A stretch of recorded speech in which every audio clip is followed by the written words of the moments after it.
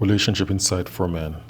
I'm going to be leaving my comment for the end of the video, and if you guys do enjoy, please like and subscribe. Let's get into the video. Hello. Hi, how are you? I am well. How old are you? Good. How old are you? I'm 23. All right. What do you got for me? I'm just curious. I hear you saying high value man, high value woman. What do you consider that to be? Well, it's a long definition, but in a nutshell, what do you consider a high value man? 6 points primarily. There's an income component, roughly $120,000 a year, $10,000 a month. In Dallas, Houston, Austin, Atlanta, Dallas. If you live in a different region, like LA or New York, you have to adjust it. You have to make that money for at least 5 years. Approaching 3 will do it. High value men is also accepted by other high value men as being a part of their group, their society. They recognize as already a part, or high value men has a network of high value men and other high value man has his entire life is LinkedIn level. It has visibility. So it doesn't just go by the title of saying I'm an entrepreneur. It means something like I'm the head of cardiology at Hopkins, something that people kind of know at a LinkedIn level. And lastly, this is no order of importance except for money. Money has to start there. If it doesn't exist, it can't be high value. Lastly, he is useful to others and the group. This is by no means the only criteria, but it's the most universal. So you think that having money is one of the number one factors to being a high value man? Well, you can't be high value at home. Well, I'm not saying homeless, but I mean, as a person that grew up with a father that is considered to be a high value man, that makes. He may make a lot of money, that doesn't make him high value. Exactly. I just gave you 6 criteria, only one of which is money, and money has to be there. This is non-negotiable. But what if they have all of those factors, but make $70,000 annually? Why? Is that really a hill worth dying on? I mean, how about this? If I were to make. How about this? High value has to have a dollar component, and whether you value it or not, this 6-figure thing has been around since 1983, and it was given to us by 23. Learn a little bit more before you try to come in with your opinions. This has been around. Listen, this has been around since 1983. No romance without finance. You got to have a JLB if you want to be with me. Don't want no scrubs. Women have been saying they wanted the 3 6s, 6 feet, 6 figures, 6-pack for longer than you have been on the planet. And that is, listen. Oh, I am. That is what women decide that they value. That's what they seem they value in men. They value a man's resource and production. But there are also other things, because you can have a lot of money and not be valued. So to answer the question, well, what about $70,000? It's a distinction without a difference. I have this question also. Typically, I mean, that image of a high value man making 6 figures was created in a capitalistic society. Do you live in the West? Where do you live? I live in Atlanta, but I grew up on the West Coast. Well, welcome to the capitalistic world. We're in the capitalistic country. Do you personally think that could change in the future? Not in your lifetime. I mean, okay. Well, let me ask you, ma'am. Did you grow up middle class, upper middle class? What? Upper middle class. Would you like to have grown up in poverty? No, I don't think anybody. Well, would you rather switch it to go to live a life of a poor righteous teacher? Personally, yes. Okay, well, that's your option. See, that's the thing. That's what money affords you. You grew up upper middle class, so you can sit back and think about philosophy of this and that. But when you're hungry and grew up in the projects like I did, where you didn't eat for days, we didn't have first world problems like many people. No, I understand. So understand something. You have only known life through your father and your family's production. You can choose to go out and live somewhere else, but I'm going to ask you a question.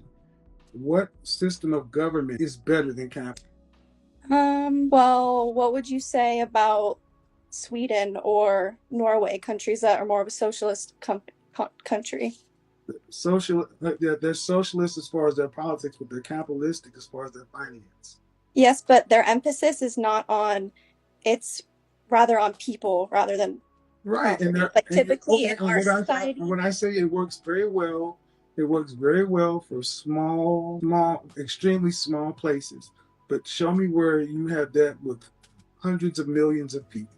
Yeah, you are right. No. Yeah, makes sense. So I mean, I get that there's some people. High value is something that I didn't just look at the United States. I said across any time, any continent, and I said, where are the men who are ranked higher than other men? What were synonymous? And these things always came out because there's always going to be a ranking structure. What is your definition of a high value woman then? She's attractive and appealing. She has a comforting character. She's discerning and disciplined, liberating and loyal.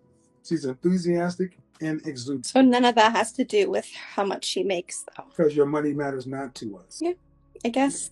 No, it doesn't. If so, then you should be able to show me women who make a lot of money who are below average looking with high value men. They're not. Women typically, a woman's currency is in her beauty, her womb, her cooperativeness, her submission. A man is in his resources, his ability to compete and produce. Michelle Obama, Ruth Bader Ginsburg, these are all Michelle Obama did not marry a bum. She married He was in law school. I mean, but okay, Michelle Obama did not marry a guy on the corner. Barack was in Columbia and Harvard, ma'am. I understand that. I'm not saying like a bum, a homeless man. I'm saying someone that makes 31,000 to 70,000 a year. You know about Barack Obama and why Michelle? Yes, he was a law student. You know exactly, and he was the president of the Law Review, and he had political aspirations. That's why she got with him, because that was a political marriage. Ruth Bader Ginsburg, ma'am. Sure. My question is this. You live in observable reality. It seems like you have an issue with money. Because, I mean, personally, growing up with money, it can ruin people. Well, it can ruin a relationship. Here's what you can choose to do. You can choose to say, Mom and Dad, I don't want any inheritance, any insurance money. I want none of it. I'm going to give away all. Did you go to college? Yes. Did they pay for it? No. Okay. You can choose scholarship. Okay. You can choose to give back anything your parents have given you after 18 years old, and you can walk the earth like Kung Fu. You can go through life like Gandhi if you choose to, because you're an adult. You can make those choices. But here's one thing I will almost guarantee you. Very few of the people who grew up in your neighborhood will follow you. They like lights. I agree with that. Heating, air, and Whole Foods. The reason why I'm questioning this is because it's a first world problem, man. That's really what it is. No, it's a first world problem. Yeah, it is. My family didn't grow up with money. As I grew up, that's when we got more money. What do you mean your family didn't grow up with money? My dad, he made his own money from as soon as we were all born. Like he didn't have anything, basically. That's why. And did he make? Okay, so may I ask? He made his money for his family because he didn't grow up with. Yeah, he grew up with nothing, and then my mom married him when he had nothing.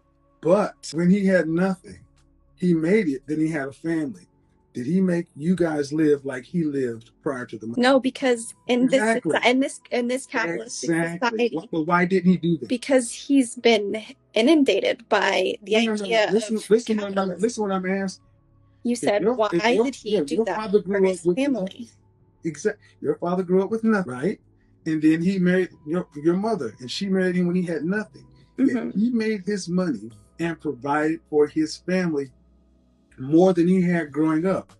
If nothing created your father, why didn't he give you and your siblings nothing to create somebody like him? Because he is a man that was inundated by a capitalistic society. Because he wanted you to have better than he did. Trust fund Becky. That was funny. It's true. Yeah. You admire your father for who he is, but he said, you know what? I know what it's like to not have to do this. And as a man, I don't want to do that to my child. So you could sit here and make first world arguments with seems like nice lighting. You don't seem like you've missed many meals. Congratulations. And you got all your teeth. Your hair is nice. You have not missed any of this stuff. See, I think it's interesting that, maybe it's a part of what we even consider white guilt. Enjoy your money. There are people who love it. Or get rid of it. Do whatever. You're 23. Where do you live? Outside of Atlanta. Are you with mom and dad, or you have your own place? I'm with them because I have a broken foot. Well, I'm sorry, I had a broken ankle. But after your foot's not broken, are you going to go to your own place? Yes, going to grad school. Who's paying for that? Myself. Good. See, and then from that point on, here's what you really have to do. I say follow the money. After grad school and everything else, you get to decide to reject capitalism and live whatever way you want to. It's your choice, but you have that choice. There are people I'm very on the other grateful. side of Atlanta who don't have that choice. Yeah, I'm very aware. There you go. My other question that I Okay, have, we got to wrap this up because I got more people to get to. just what about these women that you're talking to where you're calling them 5s and 6? Like the last woman you were talking to is Hold on, I'm calling them 5. Oh, excuse me. I'm calling them what they are. And often when I ask a woman to rank themselves, so don't say I called them. I asked them to rank themselves. When did I ask that last lady? No. If you're gonna do you this, asked if she was aggressive. No. The last, the only one that got a ranking was the woman who was in Kansas, and I asked her to rank herself, and then I gave her a ranking. Do you not think that you have a ranking in life? I wouldn't rank. Why would someone rank themselves? I asked you, do you think you have one? A number? Yes. Yes. A scale of 1 to 10. You have one. Not personally, no. Well, I guarantee you this: you have one, because that's how men are. We're visual, and I don't understand why you ladies think you can just remake men in your image. That's who we are. Men are visual. And women rank men based on productivity and resource. That seems to work out well for you guys. If not, why don't we all go back to cave and be hunter-gatherer? If all of this shit doesn't matter. It doesn't. Right. Then go wander the world like Kung Fu and put it into practice. But while you're sitting there with a broke foot and insurance, I think it's pretty rich with first world problems to say all this doesn't matter when you have options. I understand that. All right. Have a good day. This is when entitlement meets delusion. This young lady clearly has it all financially because of her family, but yet still she's very ungrateful. The fact that she has it and she's trying to say, I'd rather not have it. People don't have that option in general, especially people who are not rich. You can easily say these things when you have the money, and you can decide you want to not have the money. When people have no money, no choice they have. There are people who are waking up hungry every day. So because you have the benefit of your parents and have a luxury lifestyle that you can make a choice to either go or not to, people don't have that choice. So you can't be saying this or that when you have no clue what people who are suffering are going through. And I'm happy that Kevin Samuels went through this slowly to help her to understand that you have to be more, grateful for the thing that you have, because at the end of the day, it can be all gone in a matter of seconds. So I think she's just pretty much ungrateful and very delusional.